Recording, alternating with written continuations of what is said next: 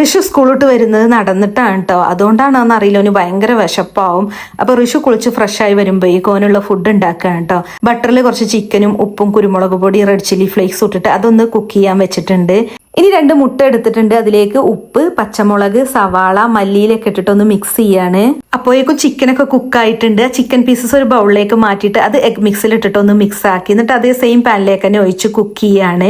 Egg chicken ഓംലെറ്റിന്റെ കൂടെ കുടിക്കാൻ ഞാൻ ഋഷുവിന് പാലാണ് കൊടുക്കുന്നത്. വെറും പാല് മാത്രം കൊടുത്തോന് കുടിക്കൂല. അതുകൊണ്ട് ലിറ്റിൽ ജോയ്സിന്റെ ന്യൂട്രിമിക്സ് 7+ ആഡ് ചെയ്തിട്ടാണ് ഞാൻ കൊടുക്കുന്നത്. ഹെൽത്തി ഇൻഗ്രീഡിയൻസ് ആയിട്ടുള്ള മില്ലറ്റ്സും ഡ്രൈ ഫ്രൂട്ട്സും പിന്നെ മധുരത്തിന് ഡേറ്റ്സും ജാഗ്രി ഒക്കെ ചേർത്താണ് ഇത് ഉണ്ടാക്കിയിട്ടുള്ളത്. ഇത് കുട്ടികൾക്ക് ദിവസം മുഴുവൻ എനർജി നൽകും. പിന്നെ സ്കൂളിൽ പോകുന്നതിന് മുമ്പോ ശേഷമൊക്കെ കൊടുക്കാട്ടോ. ഇതിലടങ്ങിയിരിക്കുന്ന പ്രോട്ടീൻ ഉണ്ടല്ലോ, മില്ലറ്റ്സ്, നട്ട്സ്, മിൽക്ക് എന്നിവയിൽ നിന്നുള്ളതാണ്. അല്ലാതെ ജിമ്മിലൊക്കെ ഉപയോഗിക്കുന്ന വേ പ്രോട്ടീൻ അല്ല കേട്ടോ. 2 സ്കൂപ്പ് പൊടിയിൽ 9 ഗ്രാം പ്രോട്ടീൻ ഉണ്ട്. ഒരു ഗ്ലാസ് പാലിൽ ഇത് ചേർത്ത് കുടിക്കുമ്പോൾ ഉണ്ടല്ലോ 2 മുട്ടയിലോ 3 കപ്പ് പരിപ്പിലോ ഉള്ളത്ര പ്രോട്ടീനാണ് കിട്ടുന്നത്. മുട്ട സ്ഥിരമായി കഴിക്കാത്ത വെജിറ്റേറിയൻ ഫാമിലിക്ക് ഇത് നല്ലൊരു ആൾട്ടർനേറ്റീവ് ആണ്.